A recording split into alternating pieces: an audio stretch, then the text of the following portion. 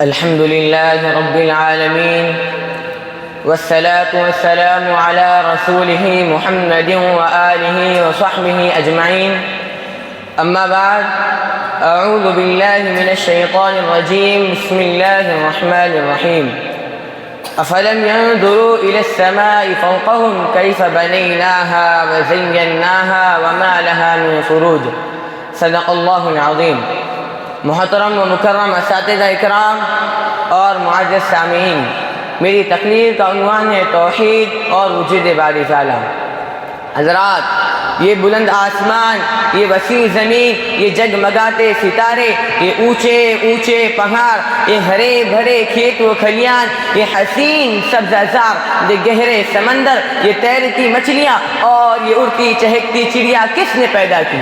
وہ کون سی ذات ہے جس نے چاند کو چاندنی اور سورج کو شعاعیں بخشی؟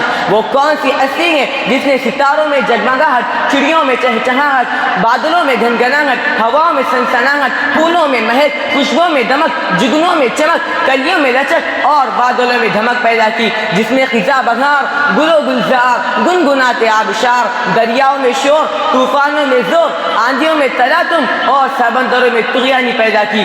ذرا سوچو، یہ دن وہ رات کا وقت پر آنا اور چلے جانا، چاند و سورج کا اپنے مقررہ وقت پر نکلنا اور ڈوبنا، ہواؤں کا چلنا، بارش کا برسنا اور دنیا کے ہر ایک نظام کو کون سنبھالے ہوا ہے؟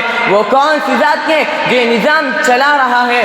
سنو اور غور سے سنو، وہ ذات اللہ کی ذات ہے. واللہ الذی لا الہ الا ہو، وہ اللہ ہے جس کے سوا کوئی معبود نہیں، جس کی قدرت عظیم، جس کی طاقت بے مثال، جس کی صفات لازوال، جس کی تخلیق بے نظیر، جو آسمان کو سنبھالے، جو زمین کو پھیلائے، جو سورج کو نکالے، جو چاند کو ڈبائے، جو بارش کو برسائے، جو ہوا کو چلائے، جو دنیا کا خالق اور ساری انسانیت کا مالک ہے. شاعر عتیق احمد جاذب نے اپنے کلام میں خدا کے وجود کو کیا ہی خوب بیان کیا. کہتے ہیں کہ ہم نے تجھے جانا ہے فقط تیری عطا سے، سورج کے اجالے سے، فضاؤں سے، خلا سے، چاند و ستاروں کی چمک اور ضیاء سے، جنگل کی خاموشی سے، پہاڑوں کی انا سے، پرہول سمندر، پر اسرار گھٹا سے، بجلی کے چمکنے سے، کڑکنے کی صدا سے، مٹی کے خزانوں سے، اناجوں سے، غذا سے، برسات سے، طوفان سے، پانی سے، ہوا سے، ہم نے تجھے جانا ہے فقط تیری عطا سے. گلشن کی بہاروں سے تو کلیوں کے حیا سے، معصوم سی روتی ہوئی شبنم کی ادا سے، لہراتی ہوئی باد سحر باد صبا سے، ہر رنگ کے ہر شان کے پھولوں کی خبا سے، چڑیوں کے چہکنے سے تو بلبل کی نوا سے، موتی کی نزاکت سے تو ہیرے کی جلا سے، ہر شے سے جھلکتے ہوئے فن اور کلا سے، ہم نے تجھے جانا ہے فقط تیری عطا سے.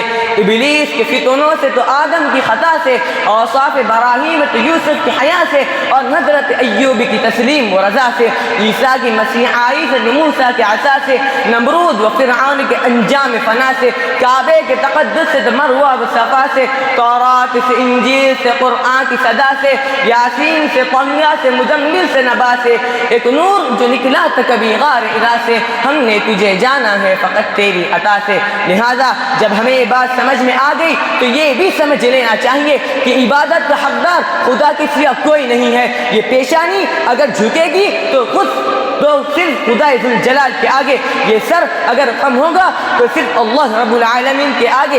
دنیا کا سب سے بڑا ظلم اور سب سے بڑا پاپ یہ ہے کہ ہم اللہ کے سوا کسی اور کے سامنے سر کو جھکائے، کسی اور کو اپنا حاجت روا خیال کرے، مصیبت کے وقت کسی اور کو پکارے، دوسروں سے مدد مانگے. لہذا ہمیں چاہیے کہ ہر حال میں، ہر مصیبت میں، ہر پریشانی میں صرف اللہ کو پکارے، صرف اللہ سے مدد مانگے اور اسی کو اپنا حاجت روا خیال کرے، ورنہ ہماری توحید کا کوئی اعتبار نہیں ہوگا. ہم مسلمان کہلا کر بھی جہنم کے مستحق بن جائیں گے. دعا ہے کہ اللہ پاک ہمیں توحید کو سمجھنے اور اس پر جمنے کی توفیق عطا فرمائے. اسی بات پر میں اپنی تقریر ختم کرتا ہوں. وآخر دعوانا الحمد للہ رب العالمین.